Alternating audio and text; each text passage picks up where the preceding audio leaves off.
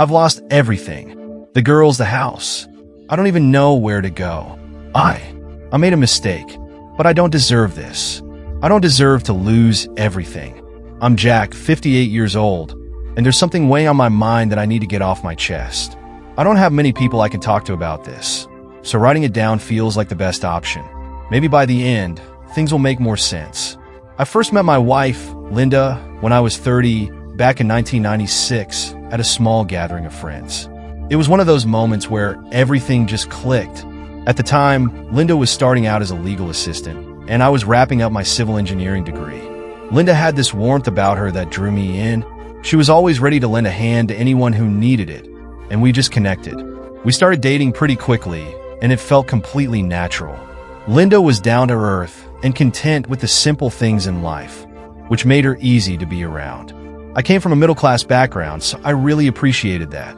We talked a lot about our future, about kids, moving away from the city, and finding a quiet suburban life. After about 4 years of dating, I proposed. By then, I had landed a steady job at a large construction firm, and it seemed like the right time to take that step. We had a small, intimate wedding, nothing extravagant, just something that felt right for us. My parents chipped in to help with the costs since I was the eldest, and they wanted us to have a special day. It wasn't a huge celebration, but it was one of the happiest days of my life. Soon after the wedding, we started talking about having kids. Around the same time, I was offered a position in North Carolina. It was an incredible career opportunity, but it also meant we'd be moving far from the Midwest where we'd spent most of our lives. Linda was understandably hesitant at first. She was really close to her family, and this would be a big change. But we talked about the possibility of a move before, and we knew if the right job came along, we'd have to take it. So, we packed up our things and headed to a quiet town outside of Raleigh, looking for a fresh start. We found a nice house, affordable and not too far from the city, but still peaceful enough for us to raise a family. The adjustment was strange at first, new town, new house, suddenly feeling like home, but we managed. One thing that became a challenge early on was the amount of travel my job required. I was often on the road 2 to 3 days a week, and eventually, it became almost the whole week.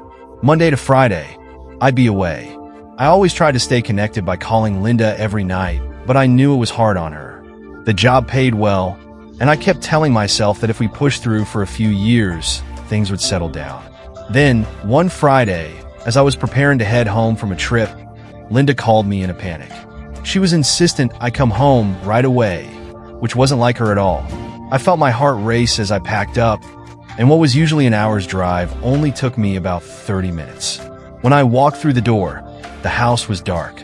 I called out to her, but there was no answer. Then, the lights flicked on, and there she was, standing in the kitchen, holding a cake.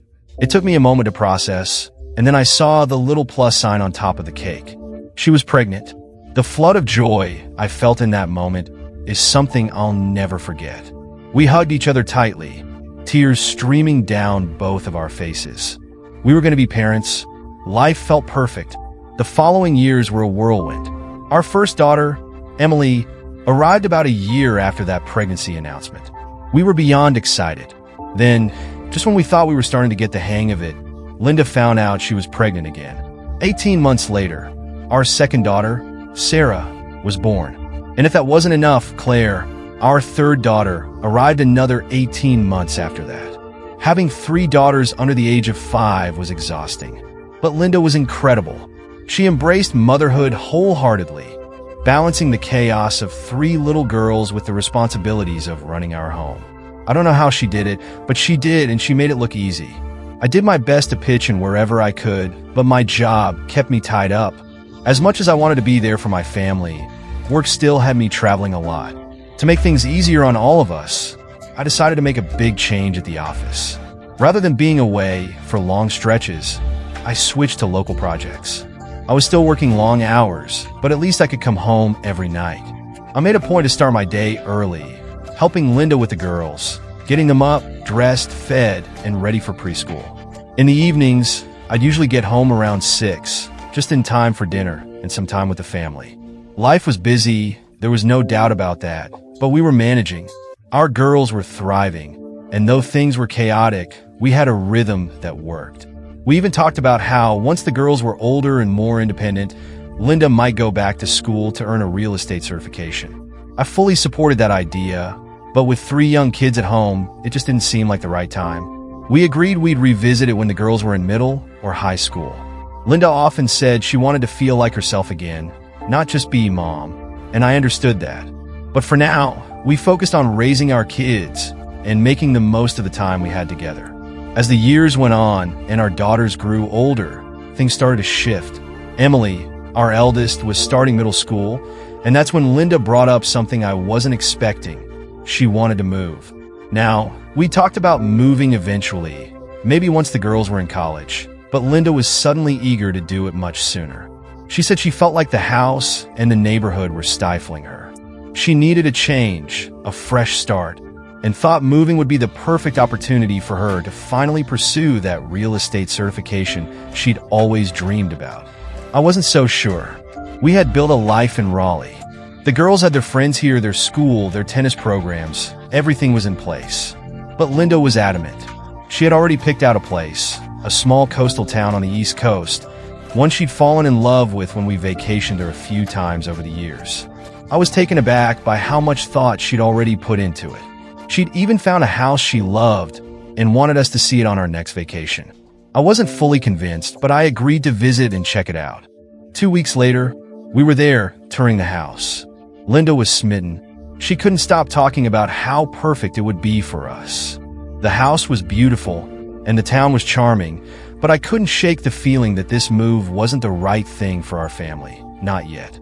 The girls were just starting to settle into their new lives, and the thought of uprooting them again felt unfair. Yet seeing Linda so happy about the idea made me reconsider. After all, we had vacationed in this area for nearly a decade, so it wasn't completely unfamiliar to us. Linda kept reassuring me that this move would be a fresh start, an opportunity for her to rediscover herself and build something new. A couple of months later, we had packed up and left Raleigh behind. I had thought we should have waited until the school year ended, but Linda was insistent, and I went along with it. The girls seemed fine with the move at first, but I noticed our youngest, Claire, was struggling the most. She became quieter, more withdrawn. I tried talking to her, but she kept insisting that she was fine. I knew deep down that something wasn't right, so I gave her space, figuring that the change was tough on all of us. But the feeling that something was off never went away. We had just settled into our new home when I started sensing that things weren't quite as they should be. Initially, I chalked it up to the usual adjustment period, but there was something different about Linda. She seemed distant, less engaged with the family.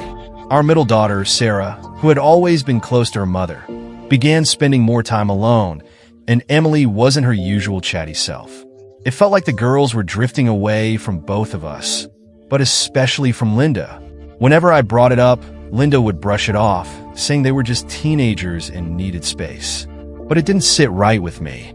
The closeness we once had was slipping away, and the distance between Linda and the girls was becoming more noticeable. That was when Linda told me she needed more time for her real estate courses, which meant spending more evenings out. She would leave around 7 p.m. and return around 11, after the girls had already gone to bed. I wasn't thrilled about her being away so much, but I wanted to support her, and with the girls becoming more independent, I figured we could manage. Then one afternoon, something happened that really shook me. I was home on a rare Friday off from work, making lunch for the girls. Emily came in from outside with tears in her eyes and ran straight to her room, slamming the door behind her. I followed her, knocked gently, and asked what was wrong, but she just told me to leave her alone. This wasn't like her. Emily was always the one to talk things out. After a few minutes, I knocked again. This time, she opened the door, looking exhausted. She hugged me tightly, and I could tell she'd been crying for a while. "Is it Mom?" I asked, my stomach tightening. Emily wiped her eyes and nodded slowly. "Dad, there's something you don't know," she said, her voice shaky. My heart raced as she looked at me, hesitant but desperate to share something. She took a deep breath, then dropped the bombshell. "Mom's been seeing someone. His name's Tom. I've seen him here, in our house." It felt like the world stopped spinning. I asked her to explain, but Emily was scared and didn't want to tear the family apart. She told me she had seen Mom with this man several times when I was away on business, and each time Linda acted as though nothing was wrong. A fire ignited inside me, a mix of anger, betrayal, and disbelief. I wanted to confront Linda immediately, but I didn't want to make things worse for the girls. Emily was clearly shaken, and I promised her I'd handle the situation calmly and without escalating it further.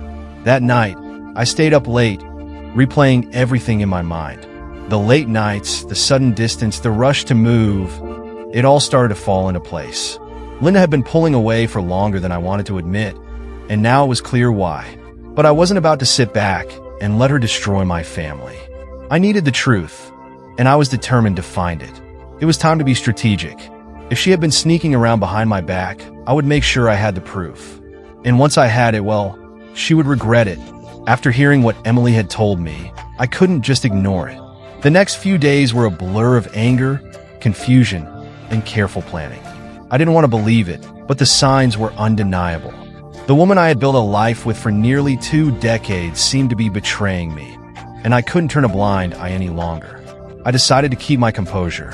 I acted like everything was fine, keeping up appearances around the girls and Linda, but in the back of my mind, I knew I had to get proof. Linda had been leaving her phone around the house more often, and I had a feeling she wasn't being as cautious as she thought. One evening, while she was out studying at the library, I saw her phone sitting on the kitchen counter. My heart raced as I picked it up, unsure if I was doing the right thing. But then, Emily's words echoed in my mind. She'd seen someone in our house.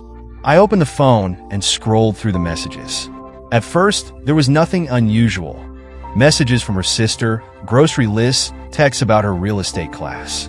But then, one conversation caught my attention. A message thread labeled Jen, but when I opened it, I realized Jen wasn't a woman. It was Tom, the man my daughter had seen. They had been texting for months, hiding behind this alias.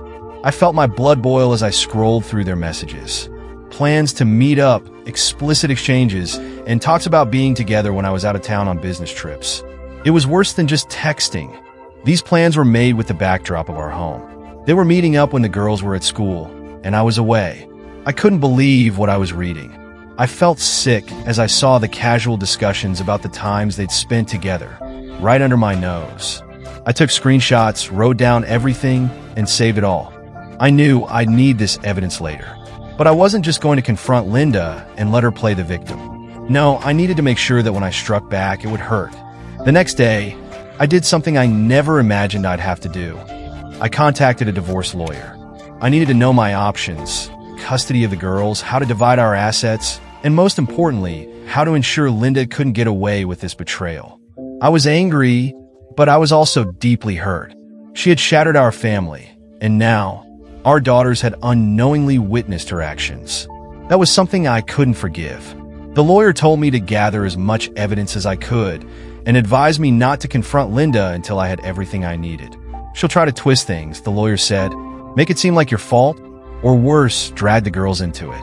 You need to stay calm, stay smart. I was prepared. The hurt and anger, I would use it to fuel my next steps. I wasn't just going to divorce Linda. I was going to make sure she paid for what she had done. Over the next few weeks, I continued gathering proof. I went through our bank statements, fund records, and even checked the security footage from our doorbell camera. The more I uncovered, the more resolute I became. Linda had been involved with this man for at least a year. She had used our family, our home, as a cover for her affair. Now, it was my turn to take control. I hadn't told the girls anything yet. I wasn't ready for them to face the harsh reality, but they could sense something was off. Emily, of course, knew, but I tried to keep Sarah and Claire as shielded from it as possible. But I wasn't finished. No, I needed to strike where it would hurt the most. I had a plan forming, one that would leave Linda with nothing but regret. It was time to play the long game. For the next few weeks, I played my part, pretending everything was fine. But inside, I was boiling with anger. Every time Linda kissed me goodbye, every time she said she was off to her real estate classes, I had to suppress the urge to snap. But I had to wait. I had to be patient. The more I dug, the more disgusted I became. I found emails between Linda and Tom, buried in a separate folder in her inbox. They discussed vacations they'd taken together, weekend trips she had claimed were real estate conferences. I even found a receipt for an expensive hotel just a few hours away from where we lived. It was all starting to make sense. I was married to a stranger, but I didn't just want to leave her. I wanted to make sure that when I walked out, she couldn't just pick up the pieces. She had taken something from me, my family, my trust, and now I would take something from her. The girls were still unaware, except for Emily. I didn't want to drag them into this mess until I had everything in place. But I couldn't ignore how distant they were becoming from Linda. Sarah, who had always been so close to her mother, had stopped seeking her advice, barely speaking to her at all. Claire, the youngest, had become more attached to me than ever. They might not have understood what was happening, but they could feel that something was wrong. As I continued gathering evidence, I began setting up the final steps of my plan. I wasn't just going to confront Linda. I wanted to ensure she couldn't escape the consequences. I started talking with the lawyer more frequently, going over my case. I had the texts, the emails, the hotel receipts, and even statements from friends who had noticed her strange behavior. But that still wasn't enough. I needed the upper hand. I began scrutinizing our joint accounts. Linda had been careless, and I noticed strange withdrawals, money spent on gifts, dinners, and other things she had clearly used for her time with Tom. I started siphoning small amounts of money from our joint accounts into one under my name, careful not to take too much at once. She wasn't paying attention to the finances. She trusted me to handle the bills, and now that trust was working against her. The tipping point came one Friday evening. I had just returned from work, and Linda was getting ready to leave for one of her classes. As she grabbed her bag, she kissed me on the cheek, just like always. But this time, it felt different. I couldn't stand it. I knew she wasn't going to a class. She was going to meet him. After she left, I followed. It wasn't something I had planned, but I needed to see it for myself. I kept my distance, staying far enough behind so she wouldn't notice me. Sure enough, she didn't head toward any real estate office or library. Instead, she drove into a dimly lit parking lot, pulling up right next to Tom's truck. I kept my distance, watching them meet and embrace before driving off together. That was all I needed. The next day, I called my lawyer and made it clear I was ready to file for divorce, but I wasn't going to do it quietly. I intended to ensure Linda knew exactly what she had thrown away. I was going to hit her where it would hurt the most, her pride. She had built this web of lies, and I was about to tear it down, piece by piece. The house, the kids, the money. I would make sure that when I walked away, she would have none of it left. The time had come, and I was ready. This wasn't just about leaving anymore. It was about making sure Linda would never forget what she had done. Saturday morning arrived. The girls were out for the weekend, staying with friends. Perfect timing. I walked into the kitchen where Linda was sitting at the table, casually scrolling through her phone. She looked up, oblivious to what was about to happen. I sat down across from her, keeping my expression neutral, though inside, I was seething. "We need to talk," I said. She looked up confused. "What's wrong?" I didn't answer immediately. Instead, I pulled out the stack of papers I had been collecting, texts, emails, hotel receipts, everything, and tossed them onto the table between us. They scattered, a visual representation of the truth she could no longer avoid.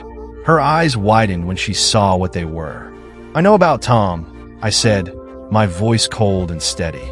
Her face drained of color. She blinked a few times, as if she couldn't comprehend what was happening. Reaching for the papers with shaking hands, she began, "Jack, save it." I cut her off, leaning forward. "I know everything. You've been seeing him behind my back, bringing him into our house, using our family as your cover. And now, you're going to pay for it." She opened her mouth, but nothing came out. She was panicking. Good. She deserved every bit of it. "I've been collecting this for weeks," I continued, gesturing to the papers on the table. "Every text, every email, every time you snuck off to meet him. It's all here. I didn't just catch you, Linda. I've got you cornered." She started to cry, her face buried in her hands. "Please, Jack. I didn't mean for this to happen." I barked. "You didn't mean for this to happen? You've been lying to me for months, maybe years, and now you want to sit there and act like it's some accident." She shook her head, sobbing harder. "Please just listen." "No," I interrupted, my voice sharp. "You listen. I'm done with the excuses. I've already filed for divorce. I saw the shock hit her, even through the tears. I'm taking the house, the money, and I'm going for full custody of the girls. And believe me, with everything I've got here, you're not going to win. Her eyes widened, panic flooding her face. Full custody? You can't do that, Jack. You can't take them from me. I'm their mother. I leaned in close, my voice low but full of fury. What kind of mother are you? You left them to fend for themselves while you ran around with him. You lied to them, just like you lied to me. I wasn't about to let her destroy our lives the way she'd already ruined ours. As she begged me to reconsider, her panic turned to desperation. I'll stop, Jack. I'll stop seeing him. We can fix this. Please, don't take them away from me, she pleaded, her voice shaking. I watched her cry, and for the first time in weeks, I felt nothing. No pity, no sympathy, just cold satisfaction. You think this is about whether you stop seeing him? I said, my voice now calm. It's too late for that, Linda. You destroyed everything. You don't get to fix this. You don't get to walk away from this clean. She trembled, trying to reach for my hands. Please, Jack, don't do this. Don't ruin us. I leaned back, crossing my arms. Ruin us? I laughed, but there was no humor in it. I'm not ruining anything. You did that the second you decided to sneak around with him. You made this bed, and now you're going to lie in it. Fear began to creep into her eyes. She was starting to realize how deep she was in. I'll fight you, she said, her voice wavering. I'll fight for the kids. For everything. I smiled, a cold, bitter smile. You can try, but I've got the proof, Linda. The texts, the emails, the receipts, every piece of evidence you've been so careless with. And I'm going to use every single bit of it against you. Her lip quivered, and I could see the tears threatening to spill again. You're not serious, she whispered. Oh, I'm dead serious, I said, leaning forward. And here's the best part. You won't see it coming. You won't know where it hits next. But when I'm done, you'll have nothing left. No house, no money, and no kids. She trembled, her whole body shaking as the reality of her situation set in. You can't do this, Jack, she pleaded, her voice barely audible. I already have, I said, my voice cold and final. I'm not just leaving you, Linda. I'm taking everything, and you deserve every bit of it. I stood up, looking down at her one last time. Sign the papers. Or don't. Either way, I'm going to win. With that, I turned and walked out of the kitchen, leaving her sobbing at the table. But I wasn't done with her yet. This was only the beginning. She thought she could get away with it, but she had no idea what was coming next.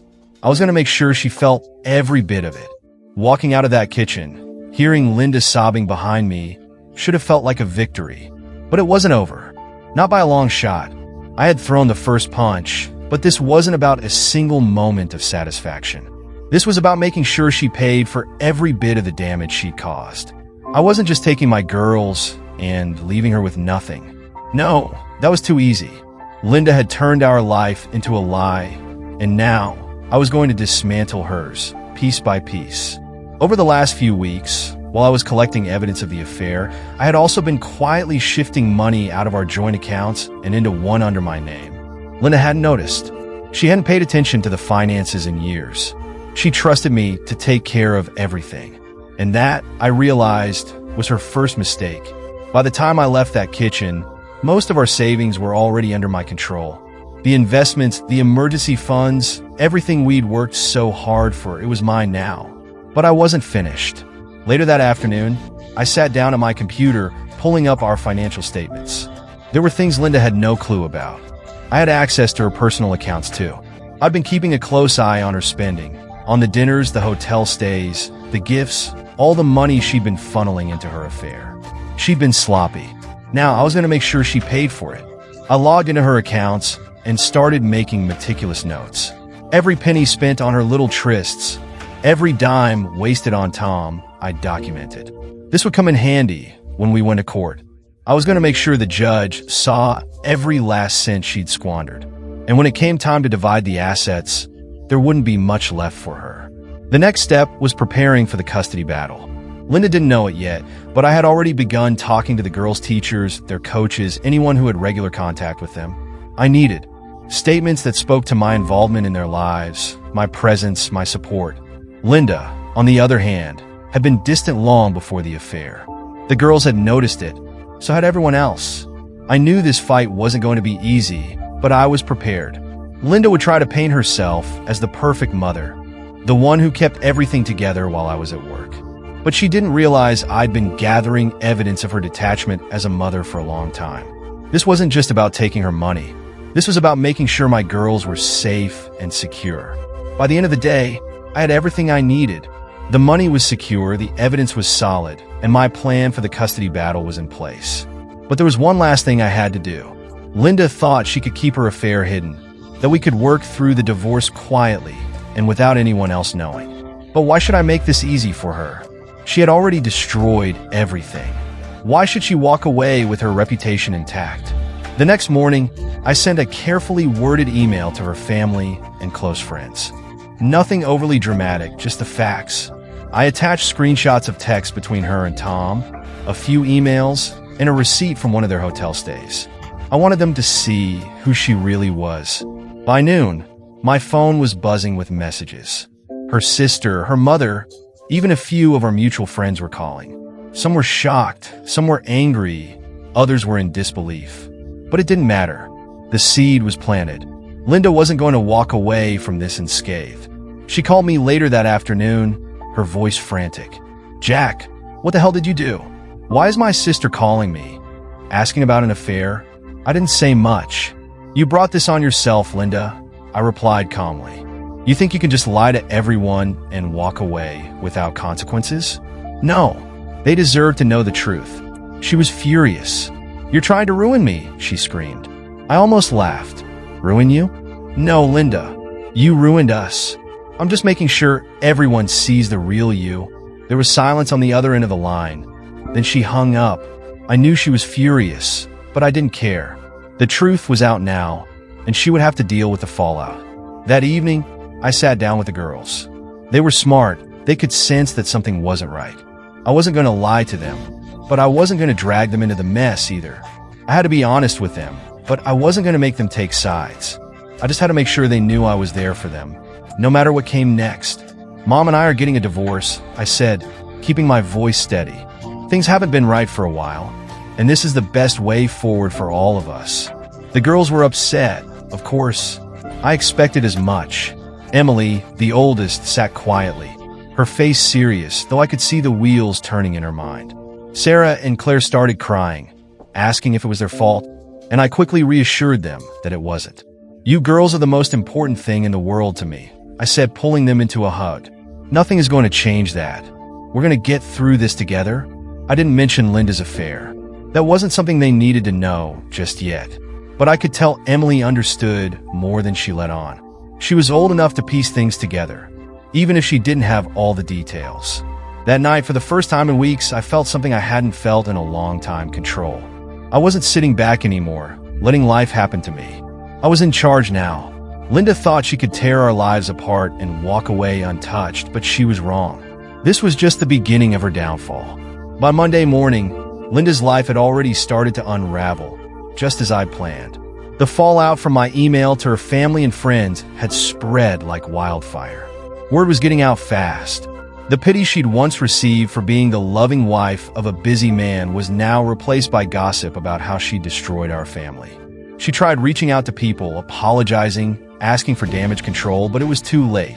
The screenshots I'd sent were undeniable. Her sister, who she'd been so close to, stopped talking to her. A few mutual friends cut her off. The texts flooded in, panicked messages from her, apologizing, pleading for a conversation. I ignored them all. I wasn't finished yet. The financial damage was already in motion. Every dollar she'd spent on Tom, on hotels, gifts, dinners, I had it all documented. I had built a strong case for the divorce settlement, making sure the court saw just how much of our money she'd squandered on her affair. My lawyer assured me that it would work heavily in my favor. By the time this was over, Linda wouldn't just lose her reputation. She'd lose her financial security as well. But money wasn't enough. I wanted her to feel this in every part of her life. I began making moves to secure my place in the girls' lives, too. Emily, Sarah, and Claire were everything to me. and I wasn't going to let Linda drag them into her mess. I'd already spoken to their teachers and coaches, gathering statements about how involved I'd been, how much time I'd spent with them, especially over the past year while Linda had been off doing God knows what. Everything was in place. The next step was to make sure Linda understood just how alone she was. That afternoon, I met with my lawyer to finalize the divorce papers. I wanted full custody, but I knew Linda wouldn't give that up easily. Still, I was prepared. I had the evidence of her neglect, her emotional distance, and the lies she'd told. When I got back home, Linda was waiting for me. I could see by the look on her face that she'd been crying again, but I wasn't interested in her tears anymore.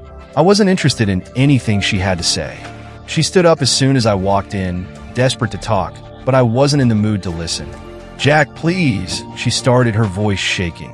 "I know I messed up, but this isn't fair. You're destroying everything. I know what I did was wrong, but we can still fix this. Please just stop. Stop tearing everything apart." I stood there, looking at her, wondering how she still didn't understand. "You think I'm the one tearing everything apart?"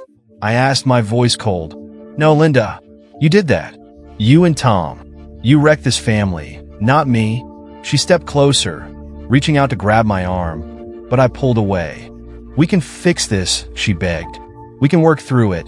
I'll end it with him, I swear. We can start over." I shook my head and laughed bitterly.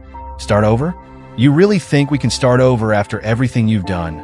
I said, my tone hardening. "I don't want to fix anything, Linda. This is over. I've already filed for divorce, and I'm taking the girls with me," I said, my voice firm.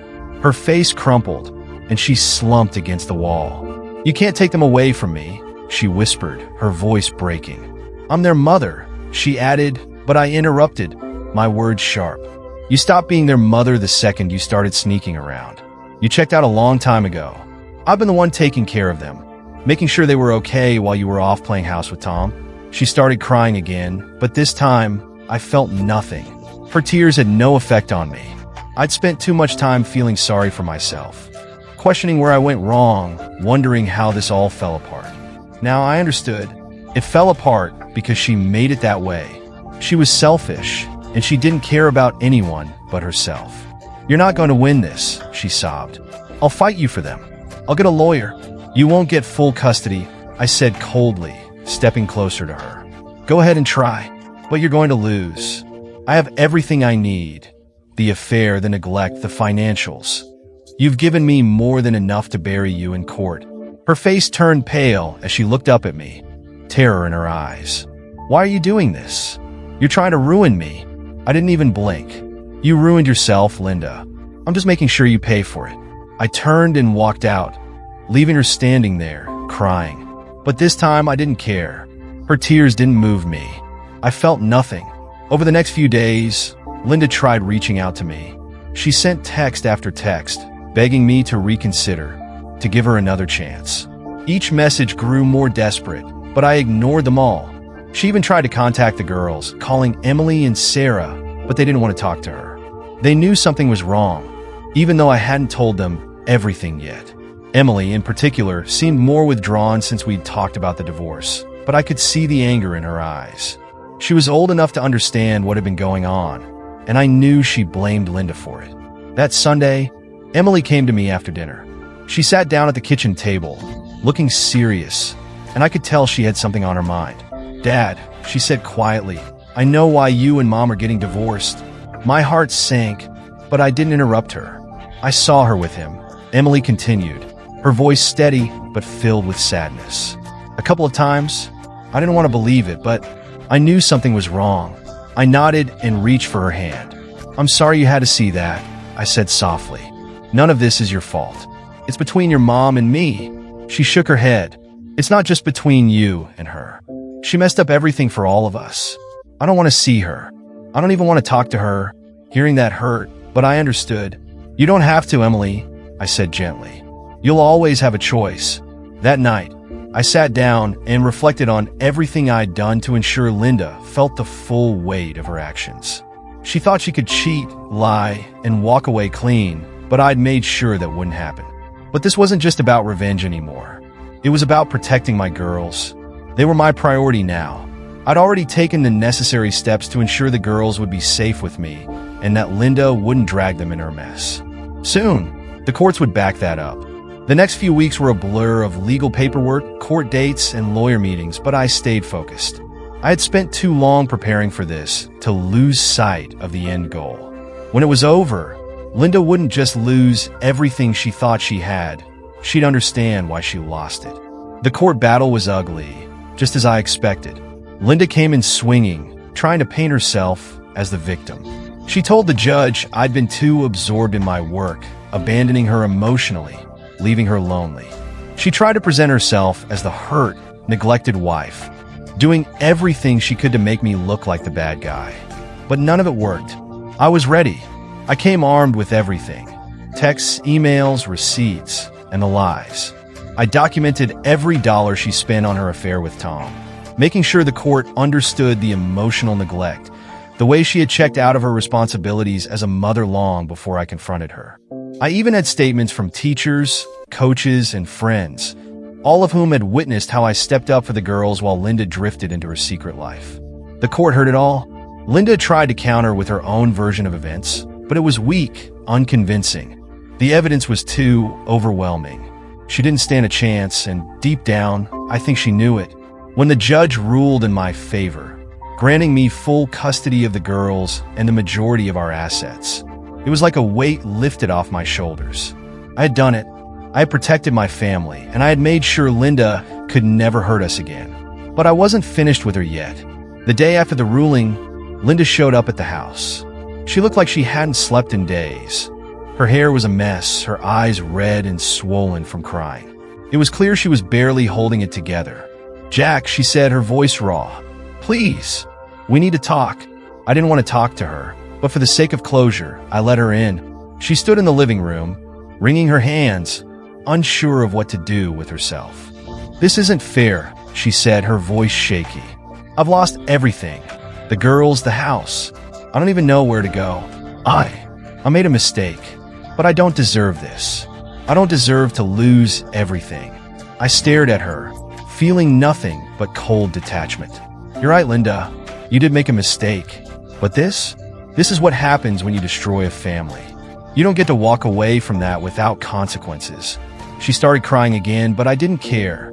I wasn't going to let her guilt me into feeling sorry for her. Not after everything she had put me and the girls through. "I'll fight for them, Jack," she said, her voice rising. "I'll fight to get them back." "You already lost that fight," I replied calmly. "The court decided. The girls are staying with me, and there's nothing you can do to change that." She collapsed onto the couch, her face buried in her hands.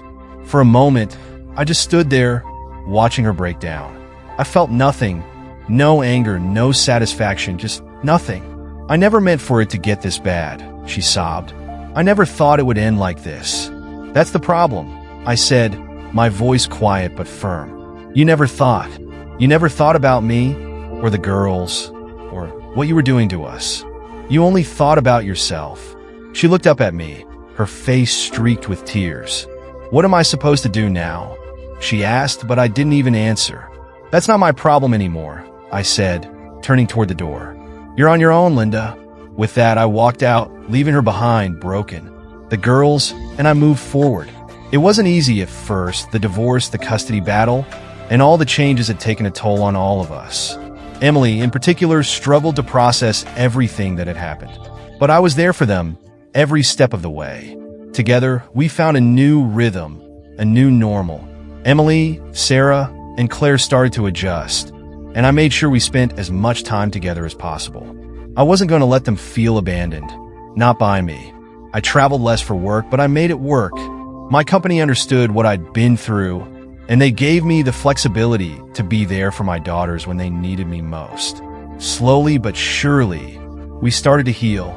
Linda, on the other hand, faded into the background. After the divorce, she moved out of town, likely to start over somewhere far away. She didn't have much of a choice. She'd lost her connection to the girls, and as far as I was concerned, that was for the best. They didn't need her dragging them down with her. The girls asked about her less and less as time passed. Every so often, Emily would mention her, but the bitterness in her voice told me everything I needed to know. She was done with her mother just like I was. As for Tom, I never heard much about him after everything went down. Maybe Linda tried to stay with him. Maybe not. But that wasn't my concern. He was just another casualty of the wreckage she had caused. Now looking back, I realized that revenge wasn't really what I needed. Sure, there was some satisfaction in watching Linda lose what she had taken for granted. But the real victory?